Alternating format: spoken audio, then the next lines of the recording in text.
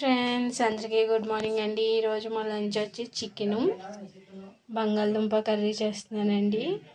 దానికోసం 2 ఉల్లిపాయలు, 2 టమాటాలు, 2 పచ్చిమిర్చి తీసుకున్నానండి. బంగాళదుంప లైట్గా తొక్క తీసి ఇలాగ కట్ చేసుకున్నానండి. తొక్కతో పట్టేసుకుంటే బాగుంటుంది కదండి, అందుచేత.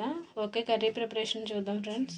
ఓకే అండి, ఆయిల్ వేడైంది కదండి. ఇప్పుడు దీంట్లో మనం కట్ చేసుకున్న ఉల్లిపాయలు, పచ్చిమిర్చి వేసేసుకున్నామండి. దీంట్లో కొంచెం సాల్ట్, కొంచెం ఉప్పు, కొంచెం పసుపు వేద్దాం ఫ్రెండ్స్. కొంచెం త్వరగా మగ్గుతాయండి ఉల్లిపాయలు. కొంచెం బ్రౌన్ కలర్లో వచ్చే వరకు మనం ఉల్లిపాయలు బాగా ఫ్రై చేసుకున్నామండి.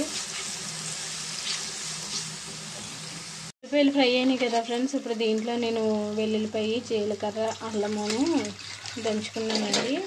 ఇది కూడా కొంచెం పచ్చివాసన పోయేదాకా మనం ఫ్రై చేద్దాం.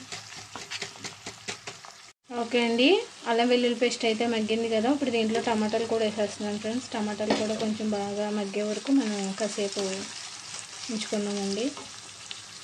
టమాటా మగ్గింది కదండి. ఇప్పుడు క్లీన్ చేసుకున్న చికెన్ కూడా దీంట్లో వేసేసుకుందామండి. చికెన్ కూడా మనకి ఆయిల్లో బాగా ఫ్రై అవ్వాలి ఫ్రెండ్స్, అందుకని కొద్దిసేపు మనం ఉంచుకున్నామండి. మొత్తం మనం వేసిన మసాలా అంతా కూడా చికెన్కి కలిసే వరకు ఒక 5 మినిట్స్ అయితే ఉంచుకుందాం. ఓకే అండి, చికెన్ అయితే బాగా మగ్గింది కదండి. దీంట్లో ఒక 2 స్పూన్లు కారమును, ఒక 2 స్పూన్లు ధనియాల పొడి, జీలకర్ర పొడి వేస్తున్నానండి.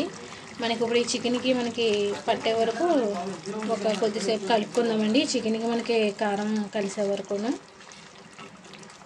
వేసింది కదండి. ఇప్పుడు దీంట్లో మనం వాటర్ వేసుకుందాం ఫ్రెండ్స్. కొంచెం వాటర్ అయితే వేసాం కదండి. ఇప్పుడు నేను దీంట్లో బంగాళదుంప ముక్కలు కూడా వేసేస్తున్నానండి. అంటే నేను ముందు వేయలేదు ఫ్రెండ్స్, ఎందుకంటే బాగా ఉడికిపోతాయి కదండి మెత్తగాని, అందుకని మనం లాస్ట్లో వేసుకుంటే సరిపోతుందండి. లాస్ట్ని ఫైనల్ కొంచెం కొత్తిమీరని, కొంచెం కరివేపాకు వేసేసుకుందామండి. మనకు ఒక 10 మినిట్స్ అయితే కర్రీ అయిపోతుంది ఫ్రెండ్స్.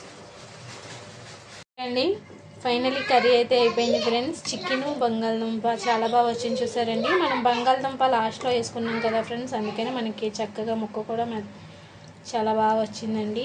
ఇలా ట్రై చేయండి ఫ్రెండ్స్, కర్రీ చాలా బాగుంటుంది ఫ్రెండ్స్, చపాతీలోకి, రైస్లోకి కూడా. ఓకే ఫ్రెండ్స్, కర్రీ అయితే ఎలా ఉందో కామెంట్ చేయండి, లైక్ చేయండి, నన్ను సపోర్ట్ చేయండి. Bye friends.